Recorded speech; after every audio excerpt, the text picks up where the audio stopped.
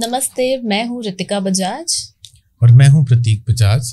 हम बात करेंगे आज एक इम्पॉर्टेंट टॉपिक जो आकाशिक रिकॉर्ड रीडिंग में पूछा जाता है, पर्पस ऑफ लाइफ। बहुत सारे लोग ये पूछने आते हैं कि उनकी लाइफ का पर्पस क्या है। जी, और इससे पहले के वीडियोस में आकाशिक रिकॉर्ड्स क्या होते हैं डिटेल में हमने समझाया है और कर्मों के बारे में भी बातचीत की है। आपका वेलकम करते हैं आज इस नए टॉपिक के साथ में। अगर अभी तक आपने सब्सक्राइब नहीं किया है तो जल्दी से सब्सक्राइब करिए। जी प्रतीक जी, हम आज डिस्कस करने वाले हैं पर्पस ऑफ लाइफ क्या है। मैक्सिमम लोगों का ये सवाल होता है कि क्यों आए हैं वो यहाँ पर इस बर्थ में। पर्पस ऑफ लाइफ दो चीज़ों से जुड़ा होता है। पहली चीज़ कि अगर पास्ट लाइफ में आपका कोई कार्य अधूरा रह गया या आपकी कोई इच्छा अधूरी रह गई, या हम ये कह सकते हैं कि आप कोई ऐसी भावना लेकर आए जो आपके पिछला कोई अधूरे कर्म से जुड़ी हुई है, वो कहीं ना कहीं आपको आपका पर्पस ऑफ लाइफ देती है। दूसरी चीज़ कि हो सकता है कि पिछले किसी बर्थ में आप किसी प्रोफेशन से जुड़े हुए थे और आप जो करना चाहते थे वो पूरा नहीं हो पाया, तो वो बात अधूरी रह गई। तो कुछ केसेस में वो भी आपका पर्पस ऑफ लाइफ डिसाइड करता है। तीसरा एक इम्पॉर्टेंट होता है कि आपके जो संचित कर्मास है उसमें से कुछ चीजें आपको परफॉर्म करने के लिए प्रारब्ध किया गया कि आपको इस लाइफ में जाकर के ये सारे काम करने हैं ताकि आपकी डेट सेटल हो। ये तीसरा रीजन होता है जिसकी वजह से आपका पर्पस ऑफ लाइफ डिसाइड होता है। पहला, आपने देखा होगा कि बहुत सारे ऐसे लोग हैं जो अपने करियर में सेट नहीं हो पाते एक सर्टन एज तक। वो बहुत सारी चीज़ों को ट्राई करते रहते हैं। वो जितनी बार अपने आप को पुश करके आगे ले जाते हैं, नियति उनको वापस जीरो पे ले आती है। फिर वो कुछ और चूज करते हैं, फिर एक सर्टन एक्सटेंट तक जाते हैं, फिर नियति उन्हें वापस ले आती है। उन्हें खाली हाथ नहीं रखा जाता पर सेटल भी नहीं होने दिया जाता। एक टाइम आता है लाइफ में जब उनका पर्पस ऑफ लाइफ सर्व करने का टाइम शुरू होता है। उस समय नियति उन्हें किसी ऐसी चीज की तरफ मोड़ देती है जो उनके पर्पस ऑफ लाइफ से जुड़ी होती है। कुछ का वो टाइम 20-25 में शुरू हो जाता है, कुछ का 30-35 के बाद शुरू होता है, कुछ का 50 के बाद शुरू होता है। कुछ लोग ऐसे होते हैं जो अपना एजुकेशन कंप्लीट करने के बाद अपना करियर परस्यू करते हैं और कुछ सालों तक परस्यू करने के बाद उनको अपने करियर में सैचुरेशन आने लगता है। आपने देखा होगा कि बहुत सारे लोग जो दूसरे देशों में वेल सेटल्ड अच्छी कंपनीज में अच्छे पैकेज पे नौकरी कर रहे हैं, उनको एकदम से स्टार्टअप आइडिया आता है, वो सब कुछ छोड़ते हैं और किसी गांव में जा कर के वो एक डेयरी फार्म खोलते हैं या ऑर्गेनिक फार्मिंग करने लगते हैं, या वो इस तरह का कोई काम शुरू कर लेते हैं जो उनसे कहीं से कहीं तक रिलेटेड नहीं है, कर लेते हैं और उसमें सक्सेसफुल भी हो जाते हैं। ये उनके लाइफ के पर्पस से जुड़ी चीज है।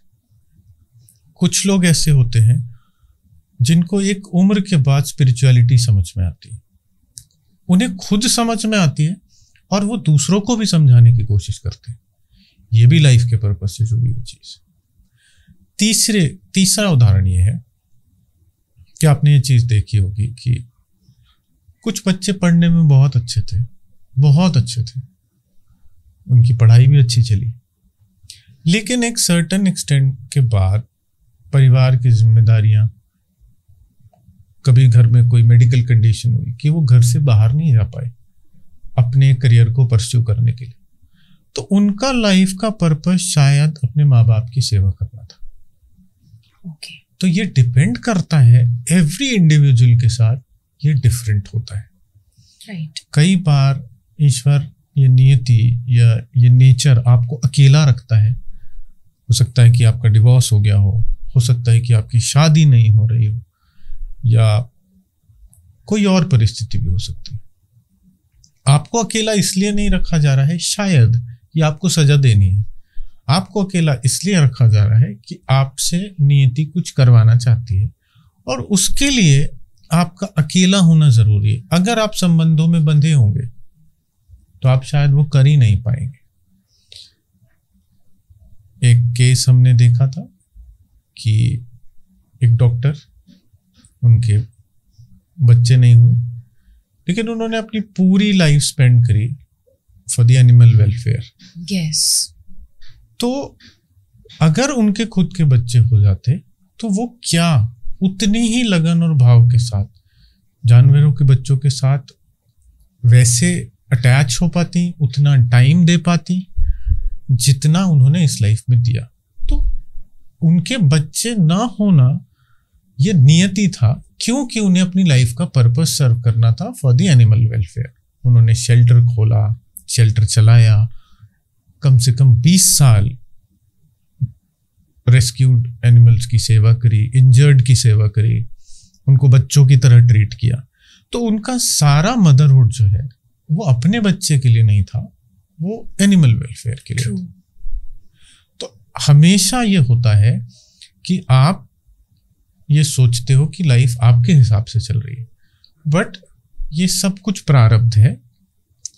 जब तक आपका टाइम नहीं आया आपका लाइफ का पर्पस सर्व करने का, तब तक आप फ्री विल से जो चाहे कर सकते हो। लेकिन जब टाइम आएगा, नियति खुद आपको वहां ले जाएगी जहां आपको आपका पर्पस सर्व करना होगा। ट्रू। एक केस मैंने देखा था, मेरे पास आया था। वो लेडी है, 40-45 इयर्स एज है, और उन्होंने मुझसे सेम क्वेश्चन पूछा कि सब कुछ ठीक है मेरी लाइफ में, बट मुझे मेरी लाइफ का पर्पस जानना है, क्योंकि सब कुछ है but still I am not satisfied. कहीं ना कहीं वो डिससेटिस्फैक्शन है लाइफ में। जब मैंने उनके रिकॉर्ड्स ओपन किए प्रतीक जी, तो मुझे उसमें दिखा कि वो एक चेयर पे बैठी हैं और उनके सामने बहुत सारी लेडीज हैं, वुमेन्स हैं, और वो उनको कुछ बता रही हैं। वो एक वुमेन हाइजीन के ऊपर उन्हें कुछ बता रही हैं, समझा रही हैं। ये बहुत ही क्लियर उनके रिकॉर्ड्स में मैसेज था। And then she told me कि शी इज अ गायनी। और उनको एक्चुअली बहुत टाइम से 2-3 सालों से ये बार बार लग रहा है कि बहुत कम एज में पीसीओडी पीसीओएस की जो आजकल समस्या हो रही है, उसके लिए जाकर वो कहीं जो रूरल एरियाज में है वहाँ पर जाकर उनसे बात करें, और गवर्नमेंट स्कूल में जाकर बात करें और इसकी अवेयरनेस लेकर आए। तो कहीं ना कहीं हम ये मान सकते हैं कि आपके पर्पस ऑफ लाइफ जो है, इसकी कहीं ना कहीं इंट्यूशन या नोइंग यूनिवर्स आपको दे रहा होता है। बिल्कुल दे रहा होता है, आपको दे रहा होता है। आपको मेंटली, जियोग्राफिकली, फिजिकली उसके लिए तैयार कर रहा होता है। जब आप यूनिवर्स को आपको किसी जगह से डी अटैच करना होता है, तो वो धीरे धीरे सैचुरेशन क्रिएट करता है। आपका मन उस चीज से उचटना शुरू हो जाता है जो आप एग्जिस्टिंगली कर रहे हो। फिर एक ट्रांसफॉर्मेशन का टाइम आता है कि आपको वहां से शिफ्ट किया जाएगा उस जगह पर जहां पर आपको पर्पस सर्व करना है, और आपका ध्यान भी लग जाएगा उस काम में। हर्डल्स भी कंपैरेटिवली या तो नहीं आएंगे या कम आएंगे, और आप उसको पूरी शिद्दत से परस्यू कर पाओगे, क्योंकि आपको वो करने के लिए प्रारब्ध हो, वो करने के लिए ही आप यहाँ पर आए थे। बहुत सारे लोग ऐसे होते हैं, बहुत सारे, जिनकी जिंदगी को जब आप बाहर से देखोगे तो आपको ये समझ नहीं आएगा कि ये इंसान ऐसा काम क्यों कर रहा है, लेकिन वो उसके लिए प्रारब्ध है, उसको अपनी जिंदगी में वो पर्पस सर्व करना है, इसलिए वो ऐसा कार्य कर रहा है। राइट। जैसे हमने एक लेडी ही थी जिनकी हम दोनों ने ही उनसे बात की हुई है, जो इस लाइफ में जो ऐसे शव होते हैं जिनको आइडेंटिफाई नहीं किया जाता या डिसोन कर दिया जाता है, वो उनका अंतिम संस्कार करती है जी। और बहुत खुशी से वो करती है। लाइक उसको लगता है कि उनके ही अपने घर के हैं जिनका वो दाह संस्कार कर रही है जी। तो आपने बहुत सारे लोग ऐसे देखे होंगे जो वॉलंटियर करते हैं, फुटपाथ पे गरीब बच्चों को पढ़ाते हैं, फ्री ऑफ कॉस्ट पढ़ाते हैं। उसमें डॉक्टर्स होते हैं, इंजीनियरिंग स्टूडेंट्स होते हैं। उनको वो काम नियति ने दिया है उन बच्चों को पढ़ाने का, बाय प्रोफेशन, वो चाहे मेडिकल स्टूडेंट हो, चाहे इंजीनियरिंग स्टूडेंट हो, चाहे कॉरपोरेट में काम करने वाले लोग, इससे बहुत सारे लोग सरकारी स्कूलों में वॉलंटियर करते हैं जहाँ पे टीचर्स की कमी होती है, या ऐसी बस्तियों में जाके बच्चों को पढ़ाते हैं। अगर कुछ नहीं कर पाते तो कम से कम फुटपाथ पे बैठ के पढ़ाते हैं, उनकी पढ़ाई के लिए स्टेशनरी इकट्ठी करते हैं, उनके लिए स्कूल की फीस जमा करने के लिए, बैग के लिए, यूनिफॉर्म के लिए पैसे इकट्ठे करते हैं। ये सब कुछ दो चीज़ें हैं, कुछ वो अपने कर्म सेटल कर रहे हैं और कुछ वो उनके लाइफ के पर्पस से जुड़ी हुई चीज़। राइट। सो अगर आपको किसी तरह की इंट्यूशन आ रही है, बार बार लग रहा है कि जिस काम में आप अभी तक हैं उसमें आपको सेटिस्फैक्शन नहीं है, कहीं ना कहीं थोड़ा सा डिससेटिस्फैक्शन है, तो एक बार जानने की कोशिश करिए कि किस काम में सबसे ज़्यादा मन लगता है आपका, क्या ऐसा करना है आपको सोसाइटी के लिए, that is your purpose of life. Thank you so much for being with us.